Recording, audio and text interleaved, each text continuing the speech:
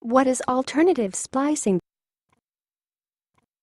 The idea of alternative splicing is actually taking the same mRNA transcript and it can be spliced in different ways. This yields different mature mRNA molecules from the same initial transcript.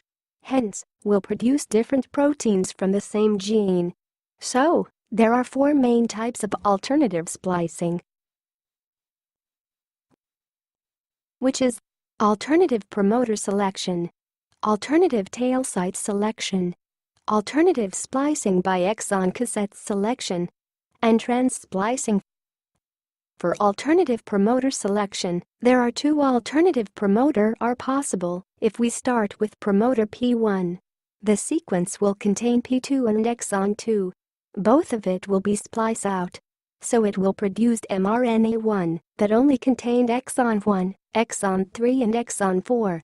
Meanwhile, if we used promoter P2, exon number 1 will not be spliced out because it's not even part of the primary transcript. So it's then will produce exon 2, exon 3 and exon 4 without including exon 1 because it obviously not in the mRNA.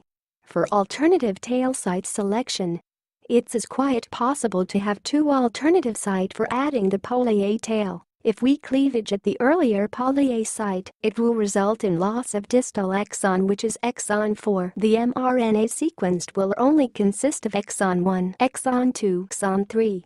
Meanwhile, if we cleavage the later poly A site, the earlier poly A site and the exon just in front of it will be spliced out, which is exon 3. And the mRNA sequenced will consist of exon 1, exon 2 and exon 4. Created using Powtoon.